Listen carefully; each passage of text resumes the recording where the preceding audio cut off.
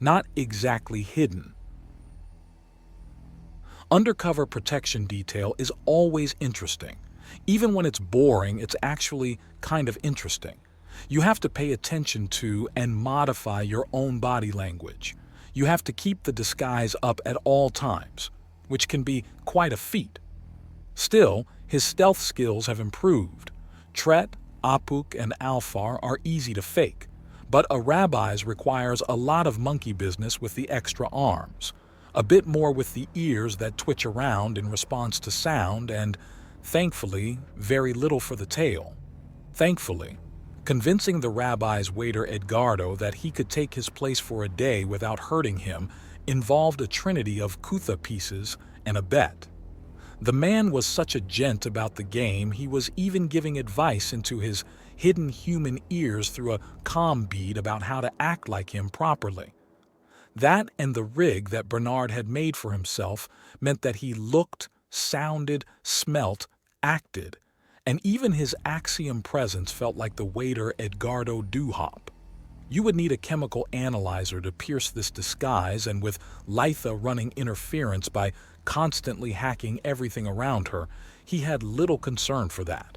The 10 captains are meeting and having a wonderful time as Captain Schmidt plies them with flattery, stories of missions and drinks to get them all talking about all sorts of things from local military protocol to the hiccups and quirks of specific types of ships or ship parts. Bernard's own observations conclude that there's a spread of personalities among the captains. 3 of them are fairly positive, 2 are very focused and businesslike, 2 more are detail-oriented, and finally, there's a pair of political climbers and an absolute cynic. Unfortunately, Pukey needs some more time to keep them talking. This all seems genuine, but appearances are always deceiving. "Excuse me," Pukey says. "I'd like to request something a little harsher for my next meal. Do you have anything harder on the menu?" The code was simple. "I don't see anything wrong, do you?" "For a human's taste, I'm afraid not, sir," Bernard says. Meaning, no, but be careful. "Probably for the best. You wouldn't want the cooks to get hurt," Litha notes. Translation: "Go ahead, but be ready." "Very good," Pukey says before adjusting himself and grinning as he pulls out a bundle of 10 thick folders from his suit coat. "Now onto the meat of why I really wanted to meet with you ladies.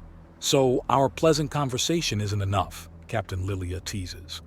"I'm afraid I'm all business, ma'am. I needed a measure of your characters. Simply put, things are about to get very complicated," he says, passing the folders over, and they're spread out. "This is absurd," Captain Umani notes. Her cybernetic eyes allowed her to read the first page of the folder in a second. As a political climber, she has a keen nose for both bullshit and opportunity.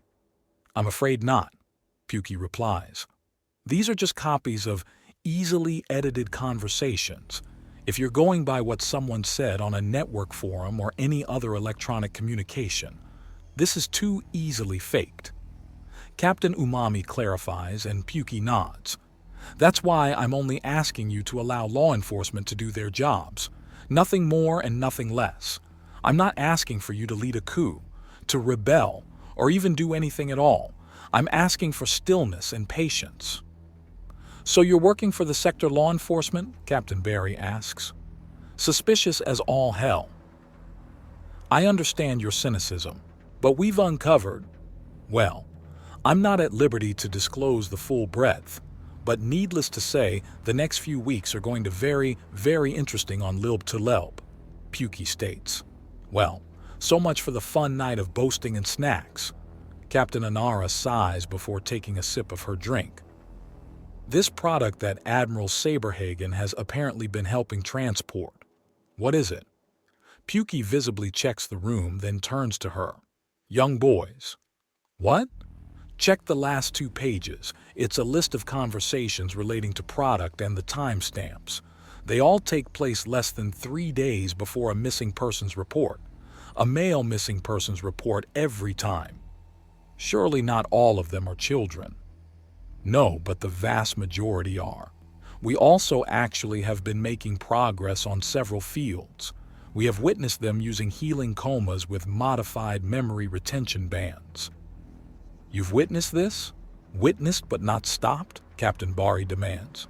If we move now and we don't have enough information, we're just going to screw it up, and if there are any mistakes on our side, then the main movers and shakers of this abomination will get away.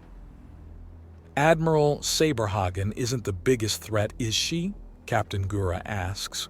She is not, but she does have the most ready and available firepower, hence why I'm here to plead for you all to stand down when the police come to arrest her. It's not hard. This is a no-lose scenario. If she truly is guilty of what you accuse her of, then not only is her position now available, but we look good for reacting with sense and cooperating. If she is proven innocent, we can very easily claim that we as officers in the military are still subject to the laws of the worlds we protect. No matter what, it makes us look disciplined and thoughtful. Captain Hargrave notes, and Umani nods. That's the political side of things covered. Well, if they have a legal warrant, we won't be allowed to stop them, will we? Captain Barry notes. Run a ship for the planet's protection and you still get the same treatment as Janet Civilian. Oh, calm down, Barry. This isn't onerous and it's something we're legally required to do anyways, Captain Hargrave says. Bring a warrant and we'll stand down. I agree. Do this legally and there's no problem from us, Captain Malira adds. These dates go back over years. Captain Gura notes as she goes over the missing person reports and considers things. Is this just a sample? It is a small sample. The amount we've gotten our hands on could fill a large book, Pukey states, and Captain Gura sighs. I see. Very well, the Stellar Shark will stand down when the police come for Admiral Saberhagen, Captain Gura says, and Captain Anar nods. So that's the detail oriented down. All right, let's skip through things. When are you planning on making a move? Captain Jessup asks, and Pukey grins. We're still in the planning stages. Just be ready to allow the police to do their lawfully assigned duties, the ones you're sworn to protect, and nothing will happen. Also, if any one of you warn Admiral Saberhagen about what's coming and blow the operation, condemning thousands and maybe millions of innocent children to further damnation and suffering, you will all die screaming, Bernard says in his normal voice, and only Pukey and Litha don't turn to him in sudden alarm. What? Did you think I wouldn't have insurance? Pukey asks as Bernard temporarily takes off the ears in a slight salute and then slips them back on. How many do you have? Captain Anara demands. Enough, Pukey replies. He writes down another set of numbers and moves on. The building where the children are being kept is massive and has many floors. There are lights that simulate the sunlight, and every child is in a simulated day in a daycare. A day that lasts forever as their minds are erased over and over again, and no one's keeping track of the time. When a child is brought out, it's because their parents are there, and when they're brought back, it's to another room and they just woke up from a nap. It's a smart system, playing into the natural forgetfulness and willingness to play of the boys. They're fed exclusively on snacks and constantly regenerated in an unending playtime. Koga still can't fully decide if the relatively good treatment of the children when they're not being actively abused is better or worse, but it is going to make things complicated. Since they don't know they're in danger, they're going to have to be outright kidnapped in order to get them out. On the upside, the therapy bills will be mostly for the families who have been beside themselves with worry for years now, which might cause its own kind of damage to the children in the long run. But no matter what's going to happen after, first they need to make it happen. There are roughly 1,000 play chambers with 20 children in each one in the massive building that houses them, which is good to know. All those rooms need to be under Bright Forest control, and the central security and kitchens need control as well. Kitchens because even in a closed-off system, it will need to report how much the kids are eating and what needs to be supplied to keep the kids healthy. meaning they're answering to someone even more frequently than security is. If they're really lucky, then the kitchen staff will be in communication with each other, meaning that they'll expose the other holding facilities. Even better, if they're sharing resources, they might be able to hitch a ride in that and be taken directly. You know, when I signed up for this, I didn't think I'd be bugging a pedo chateau with actual bugs, Dale remarks. Life's funny that way. Are we really going with the forest as the babysitter for the kids with dead families? Dale asks, and Koga opens his eyes to look at the hunter sharply. You don't seem to have much problem with the 3 children on Serbo. That's exactly my point. 3 children in a big ancient forest. They all still have family as well. There are over 100 children with no one left anymore. When reality hits them through this Neverland illusion they're in, they may very well break. At no point in its history has the Dark Forest supported over 100 budding sorcerers, let alone our newborn Bright Forest. Backing down? Koga asks. No. Saying you need a fucking plan isn't cowardice, it's common fucking sense. Dale counters. Fair enough. The forest will help, but we need more. I fully understand that. Wait. Oh, that's an idea, Dale suddenly says, and Koga's next look to him is curious as he sees the big grin. What are you scheming?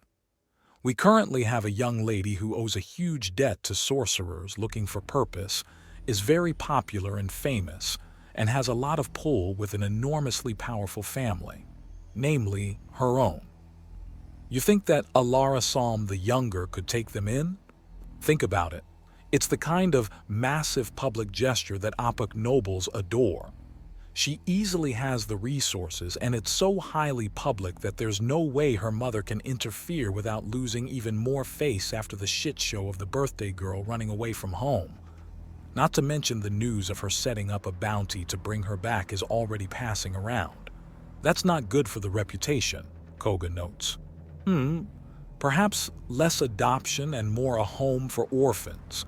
That way it becomes a massive charity drive instead of an act of rebellion, putting a bit of a respectable veneer on things.